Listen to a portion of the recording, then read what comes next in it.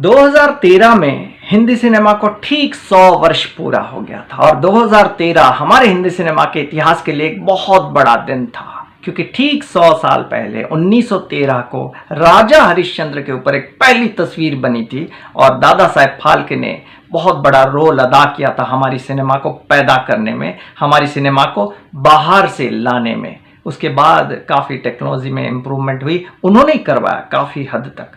लेकिन शुरुआत में 1913 में बड़ा बुरा हाल था। ऑडिटोरियम ढंग का नहीं था, ना कोई सिनेमा हॉल था, ना कुछ ख़ास कोई चीज़ थी, कोई ख़ास वस्तु थी, म्यूज़िक तो कुछ नहीं था ऐसे।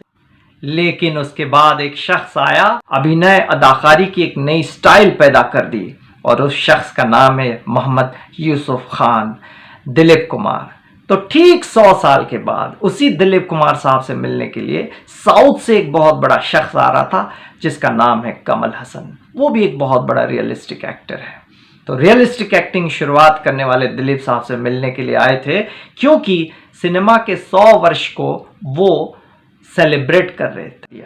अगर सिनेमा उन्होंने शुरू नहीं की होती तो आज जो इतना विशाल इतिहास है हमारी फिल्म इंडस्ट्री का है वो नहीं होता। मिल सिनेमा की तरफ से वो लोग आए दिलीप साहब से मिलने के लिए, दिलीप साहब और सायरा बानू जी से मिलने के लिए उनके बंगलो पाली हिल में मुंबई में। तो 2012-13 की बात है।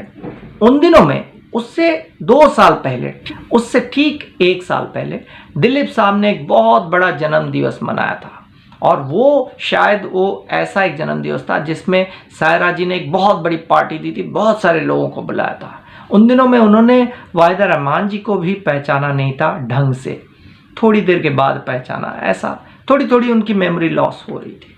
और जैसे 2012-13 में कमल हसन साहब मिलते हैं तो पहले तो पहचान नहीं पाते हैं, फिर सायरा बानू जी कहती हैं कि ये कमल हसन है, सच अ फाइन आर्टिस्ट, ब्लेसिंग दो इन्हें। तो आशीर्वाद देते हैं, बैठते हैं, चाय पीते हैं, नाश्ता करते हैं। उसी दौरान जब बातें होती है तो वो कहते हैं मैं जाता हूँ, साहब तो इतना नहीं पहचान रहे हैं, शायद उनके दिमाग के ऊपर हम ज़्यादा जोर डालें, अच्छी बात नहीं। तो सायरा बानू जी कहती है नहीं नहीं नहीं, बैठो उनके साथ चाय पियो। उसी दौरान दिलीप साहब ऐसा नहीं है, उन दिनों में ठीक ठाक थे, चलते थे, फिरते थे, लेकिन थोड़ी मेमोरी लॉस होनी शुरू हो गई थी। मैंने कहा कि 2010 से शुरू हो गया था, 2010 ऑनवर्ड्स। तो उसी समय अचानक वो एक दूसरे की बात करते हैं, कहते हैं कि एक दूसरे के जो प्रीमियर में आप आए थे साहब, तो मैंने आपको कहा था कि सच ए वंडरफुल फिल्म। तो उन्होंने कहा कौन सी फिल्म? ना गंगा जमुना मैंने देखा है, बहुत ज़बरदस्त है, और आपकी क्या फिल्म मैंने देखी है। तो दिलीप साहब तब मुस्कुराते हैं, उन दिनों की बात है, तब तो बहुत यंग थे। लेकिन 2012-13 में अचानक वो बातें ख़त्म हो रही है तो उन्होंने ऐसे याद आया, उन्होंने बोले यस यस आई रिमेंबर। फिर वहाँ कैमरे आते हैं तो बोलते हैं हाउ मेनी, इस तरह से वो बात करते हैं। मतलब उनका जो है दिमाग कुछ इस तरह से, मेंटल हेल्थ धीरे धीरे अफेक्टेड हो रहा था कि वो कुछ याद कर रहे थे, कुछ भूल रहे थे। ये साधारण अवस्था है इंसान के जीवन में, उसकी मानसिक अवस्था ऐसे होती है, चाहे कुछ हो या ना हो, एक नॉर्मल डिटीरियोरेशन होता है, हेल्थ की बात है। लेकिन सब ने सम्मान और एहतराम के साथ उनसे बात की, पूरी इज्जत के साथ। कोहिनूर है भारतीय सिनेमा की, लेकिन सबसे पहले वो एक इंसान है। और आप तो जानते ही होंगे कि 2014-15 के बाद धीरे धीरे दिलीप साहब अपने आप को भी भूलने लग गए। उनके सामने मुग़ल आज़म तस्वीर भी दिखाई जाती थी, तब भी वो ज़्यादा कुछ याद नहीं कर पाते थे। लेकिन सेवाएं की गई हैं, सब लोग जाते थे, सायरा जी ने उन्हें जिंदा रखा, ट्विटर अकाउंट पे उनकी तरफ से लिखती रहीं, सब कुछ चलता रहा और हर बर्थडे पे मनाया गया उनका बर्थडे। लेकिन बर्थडे पे भी केक कटता था तो इतना याद नहीं रखते थे। और 2018 से तो काफ़ी उनकी तबीयत ख़राब हो गई थी, एक तरह से एक जिंदा लाश की तरह वो थे एक तरह से। लेकिन फिजिकल तो जो थी, मेंटल हेल्थ तो डिटेरियोरेट हुई, लेकिन एक ऐसा वक्त आया 2017-18 से कि वो बिल्कुल ही वो खाली ऐसे ही बैठे हुए थे, उनकी आंखें भी इस तरह से हो जाती थी कि वो कुछ किसी को देखते नहीं थे। शायद सिर्फ और सिर्फ वो सायरा बानू जी को ही पहचानते थे और किसी को नहीं पहचानते थे।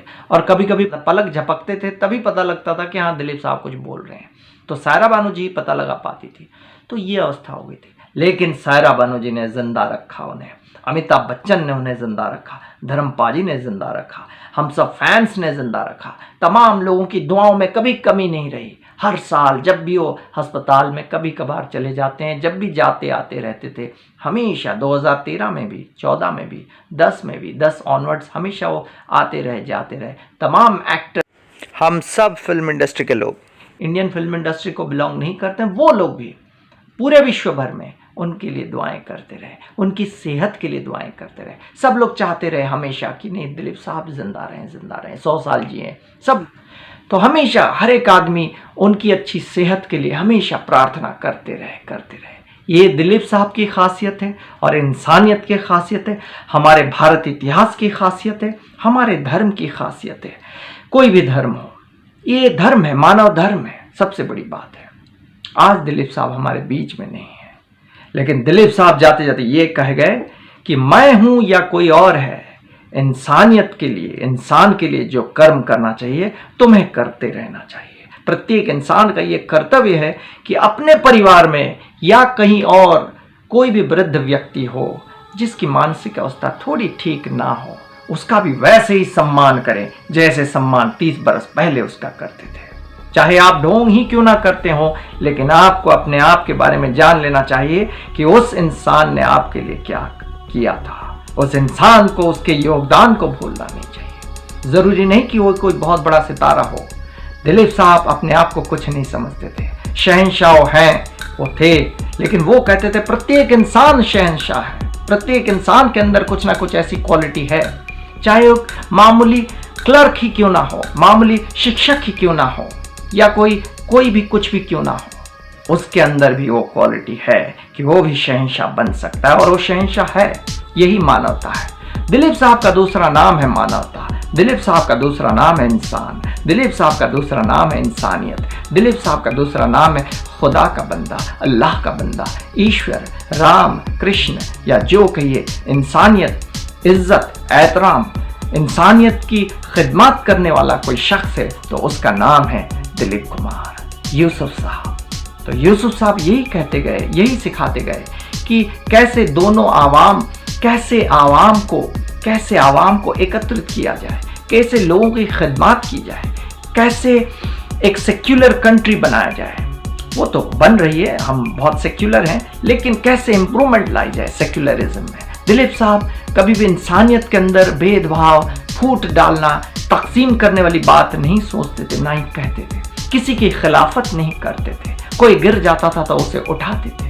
तो यही नाम है। और दिलीप साहब हमेशा यही सिखाते थे कि वृद्ध का अपमान मत करो, वृद्ध का सम्मान करो, और दे जाते यही कहे गए कि इंसानियत का सम्मान करो, इंसानियत को सलाम ठोकते जाओ, इंसानियत के लिए, मानवता के लिए, देश हित के लिए, ओल्ड एज पब्लिक के लिए और नीडी के लिए काम करो। जो ऐसे ही काम करते जाएगा, दिलीप साहब भी खुश होंगे। कोई बड़ा स्टार नहीं होता है। दिलीप साहब ने कभी अपने आप को कुछ नहीं समझा। दिलीप साहब ने यही कहा कि जैसे एक आम इंसान है वैसे ही मैं हूँ, जैसे एक आम इंसान को इज्जत मिलनी चाहिए वैसे ही मुझे इज्जत मिल रही है। वो इन चीज़ों को कभी तवज्जो नहीं देते थे, मटीरियलिस्टिक चीज़ों के लिए उनके दिल में कभी कोई जगह थी नहीं, वो ऐसे इंसान थे। तो आइए आज दिलीप साहब की आत्मा को शांति देने के लिए मिलकर काम करें, इस देश के लिए मिलकर सम्मान दें। जो भी, जहाँ पे भी किसी वृद्ध के साथ गलत हो रहा है, जहाँ पे भी कोई गरीब का पेट नहीं भर रहा है, आइए जो कुछ भी हम अपनी तरफ से कर सकते हैं करें। इस कोरोना काल में जो भी हम इंसान की खिदमत कर सकते हैं, इंसानियत की खिदमत कर सकते हैं, आवाम की खिदमत कर सकते हैं, या किसी परिवार में किसी वयस्क व्यक्ति की खिदमत कर सकते हैं, आइए मिलकर करें और एक दूसरे के साथ प्यार से रहें, एक दूसरे के साथ भाईचारा बना के रहें और प्यार, मोहब्बत, अमन, चैन बरकरार रखते हुए रहें और सिर्फ मोहब्बतें बांटें।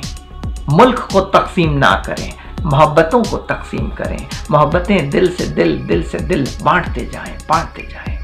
यही सबसे बड़ी सीख है, सबसे बड़ी शिक्षा है, सबसे बड़ा सबक है। ओम साई राम, जय साई राम।